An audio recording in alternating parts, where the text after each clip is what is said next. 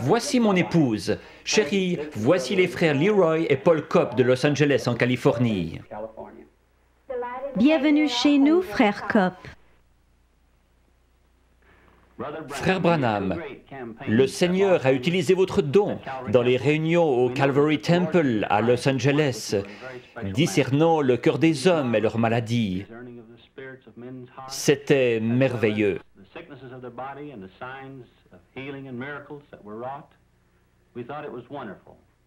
Nous voudrions en savoir plus à propos de votre don, frère Branham.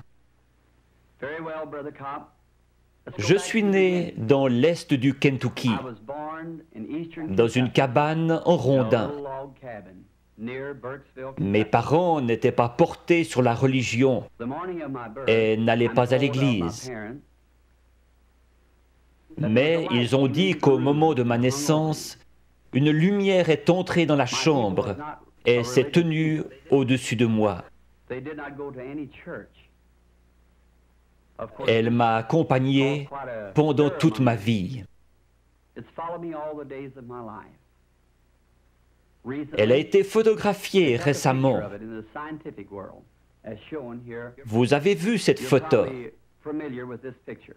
C'est la seule qu'on ait jamais prise d'un être surnaturel. C'est le même ange de Dieu que celui qui accompagna les enfants d'Israël depuis l'Égypte.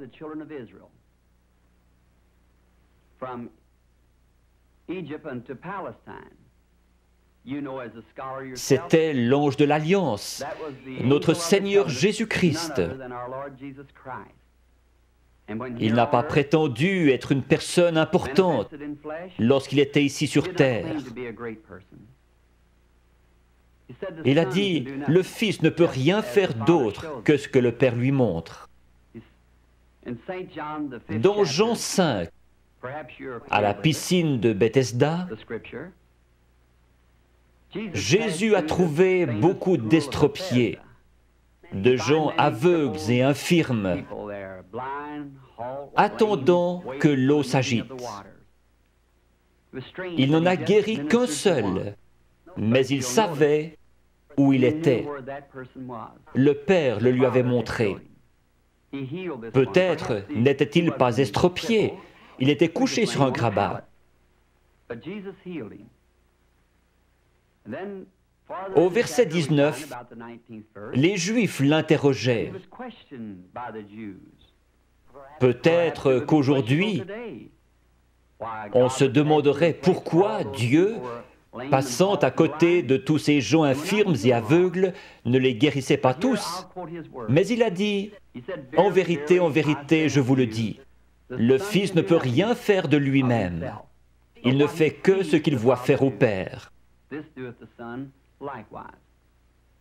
Son ministère s'appuyait sur des visions venant de son Père. Son ministère ne devrait-il pas se poursuivre comme il l'avait promis à ses disciples? Vous ferez aussi les œuvres que je fais, et vous en ferez de plus grandes, car je m'en vais au Père. Encore un peu de temps, et le monde ne me verra plus. Mais vous, vous me verrez. Je serai avec vous, et même en vous, jusqu'à la fin du monde. Jésus-Christ, le même hier, aujourd'hui et pour toujours. Je crois que c'est une confirmation, aujourd'hui, de la résurrection de Jésus-Christ, qui vit au milieu de son peuple et accomplit les mêmes signes et prodiges que lorsqu'il était sur terre. Lorsque j'avais 7 ans, nous sommes partis du Kentucky pour l'Indiana, tout près de mon domicile actuel. Nous allions chercher l'eau à un puits, situé un pâté de maisons plus loin.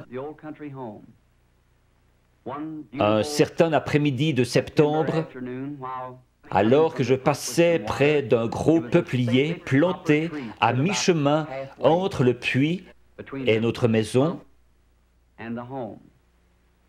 j'ai remarqué un tourbillon dans l'arbre. Cela n'avait rien d'anormal à cet endroit en septembre. Comme il ne s'en allait pas, je me suis arrêté pour l'observer.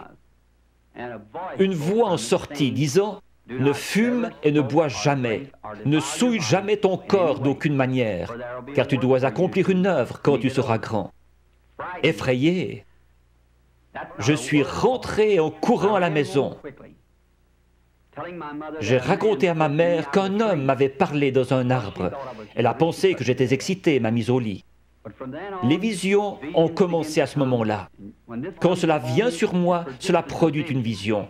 Je peux dire aux gens ce qui ne va pas avec eux, leur péché et ce qu'ils doivent faire. À 37 ans, une nuit, alors que je priais, j'ai remarqué une lumière sur le sol. Elle provenait de la colonne de feu située juste au-dessus. J'ai entendu quelqu'un marcher et un homme pesant environ 90 kilos a traversé la chambre et est venu dans cette lumière. Il était nu-pied, son teint était basané et ses cheveux noirs tombaient sur ses épaules. J'ai eu peur.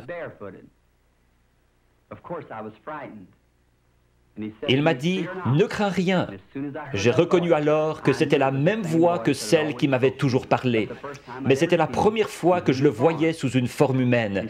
Il a dit « Je suis envoyé de la présence de Dieu pour te dire que tu vas devoir prier pour les malades. De grands signes et prodiges accompagneront ton ministère et tu prieras pour des rois, etc. » J'ai dit « Je suis pauvre et sans instruction. Je ne serai pas capable de faire ce travail. » Il m'a dit que de même que Moïse reçut 2 signes pour confirmer son ministère, de même j'en recevrai 2. L'un serait les miracles en priant pour les malades et l'autre serait de connaître les secrets des cœurs.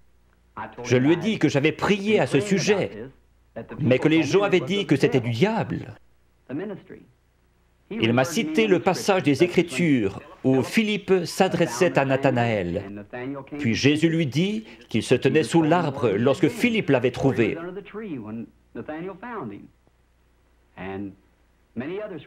Il y avait la femme au puits, à qui Jésus avait dit qu'elle avait eu 5 maris.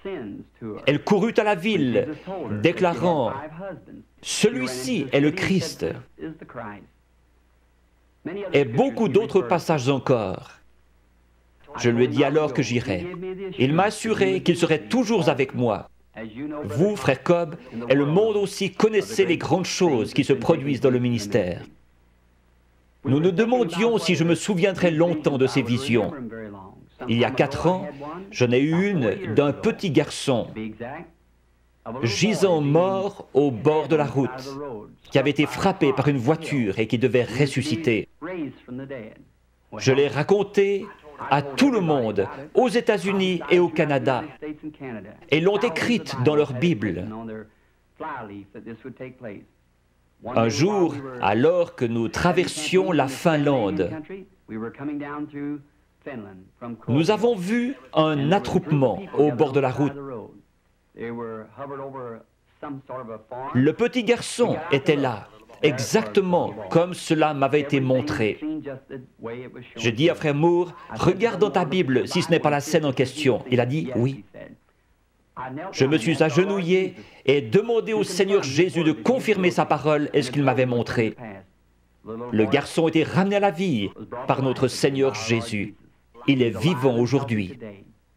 Frère Cobb, ce ne sont là que quelques-unes des choses que notre Seigneur Jésus est en train d'accomplir aujourd'hui dans le ministère qu'il m'a donné. À mon avis, c'est pour confirmer sa parole. Je serais heureux de servir notre Seigneur en Israël, frère Cobb. Je crois que mon ministère auprès des Juifs serait très efficace. L'Écriture dit, les Juifs demandent des miracles, les Grecs la sagesse. Nous croyons que beaucoup de Juifs et d'autres là-bas en Terre Sainte croiront que le Seigneur Jésus-Christ est le Messie quand ils verront un chrétien accomplir la prophétie de Joël. Je suis sûr que vous vous référez à Joël 2, 28, où il a dit que dans les derniers jours, il répandrait son esprit sur toute chair, que les fils et les filles prophétiseraient, que les vieillards auraient des songes et les jeunes gens des visions. Nous devons vous dire au revoir maintenant. Nous avons eu du plaisir. Dieu voulant, nous nous verrons à Chicago dans quelques jours. Chers amis, j'ai aussi eu du plaisir à vous avoir chez nous ce soir. Nous prierons ensemble pour les réunions de Chicago et par la grâce de Dieu, j'espère vous y rencontrer. Accepteriez-vous une tasse de thé? Merci beaucoup, Sir Branham. Merci. Merci, chérie.